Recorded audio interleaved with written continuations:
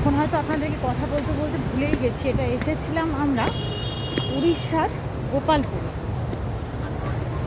গোপালপুর বিচের ধারে। খুব বেশি জনবহুল এলাকা নয় এটা, খুব কম লোক, খুব বেশি ভিড় তো দেখলাম না। এখন জানি না অন্য সময় সেরকম ভিড় হয় কি না, এখন তো সেইভাবে দেখলাম না। তো চলুন যাই, লাঞ্চ করি, দেখাই তারপর আপনাদেরকে লাঞ্চ করছি। চলে এলাম হোটেলের ভেতর, খাবার অর্ডার করেছি।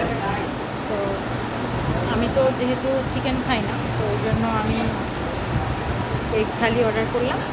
আর ওরা কর্তামশাই আর ছেলে, ওরা চিকেন বিরিয়ানি খাবে। ছেলে বসে আছে, এইদিকে আছে কর্তামশাই। তো খাবারটা অর্ডার হয়েছে, এখনও আসেনি, আসুক তারপর আপনাদের সঙ্গে শেয়ার করছি। এই যে চলে এসছে বিরিয়ানি। এখানে ওদের আছে চিকেন বিরিয়ানি, রায়তা, সঙ্গে এক্সট্রা গ্রেভি আছে। আর এখানে আমি নিয়েছি এই যে এগ থালি, ডাল আছে, একটা সবজি আছে, এগ কারি আছে।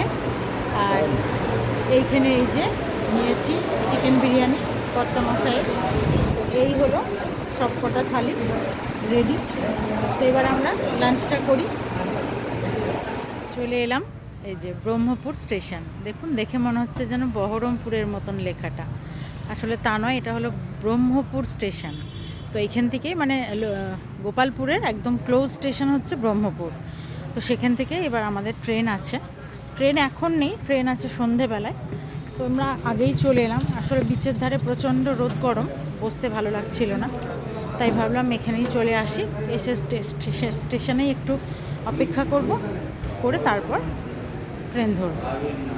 আর হোটেল যেহেতু সকালেই চেক আউট করে দিয়েছি 10টার সময়, তো আবার যদি এই টাইমটুকু থাকতে যেতাম তাহলে কিন্তু পুরো একদিনের ভাড়া লেগে যেত। ওই জন্য আর হোটেলে থাকলাম না, একবারে বেরিয়ে চলে এলাম। তো স্টেশনে চলে এসেছি। এখানে একটু ওয়েটিং রুমে এখন ওয়েট করব সন্ধে পর্যন্ত। আর লাঞ্চ টাঞ্চ তো করেই চলে এসেছি, হালকা কিছু টিফিন এখানেই করা হবে। আর ভাবছি ডিনারটা একদম এখান থেকে কিছু খাবার নিয়ে ট্রেনে উঠে যাব, তাহলে সুবিধে হবে। আর ওই যে স্টেশনের বাইরে কর্তামশাই আর ছেলে দাঁড়িয়ে আছে, ওখানে ওরা টিকিটটা বোধহয় চেক করে নিচ্ছে, ওই যে বাইরে দাঁড়িয়ে। আপনারা সঙ্গে থাকুন, আবারও পরবর্তী সব কিছু আপনাদের সঙ্গে দেখাবো। চলে এলাম, এটা হলো হাওড়া স্টেশন। আমরা নেমে গেছি।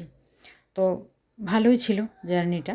রাতটা ছিলাম ট্রেনে, সকালে নেমেছি হাওড়া স্টেশনে। তো বেশ দুটো দিন সুন্দর কেটে গেল। আশা করি আপনারা সকলে ভালো আছেন।